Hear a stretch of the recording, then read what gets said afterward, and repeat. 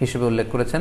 আয়েশা রাদিয়াল্লাহু তাআলা আনহার বর্ণনা, তিনি বলেন যে আক্কা রাসূলুল্লাহ সাল্লাল্লাহু আলাইহি ওয়াসাল্লাম আনিল হাসানি ওয়াল হুসাইনি ইয়াউমা সাবিঈ ওয়া সাম্মাহুমা।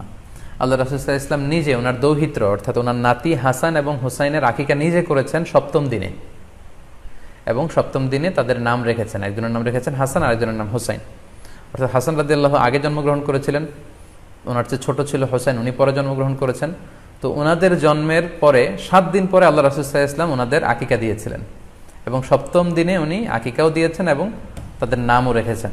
তাহলে আল্লাহ রাসূল সাল্লাল্লাহু আলাইহি ওয়াসাল্লামের কওলি হাদিস, ওনার ভাষ্যমতে আমরা জানলাম উনি বলেছেন সপ্তম দিনে আকিকা দিতে হয়, এবং ওনার ব্যক্তিগত আমল থেকে আমরা জানতে পারলাম যে উনি ওনার 2 নাতির আকিকা দিয়েছেন সপ্তম দিনে এবং নাম রেখেছেন। তাহলে এ থেকে আমরা সুস্পষ্ট বুঝতে পারি যে আকিকা দিতে হয় সন্তান জন্মগ্রহণ করার 7 দিন পর, সপ্তম দিনে। যদিও তবারানিতে আরেকটি হাদিস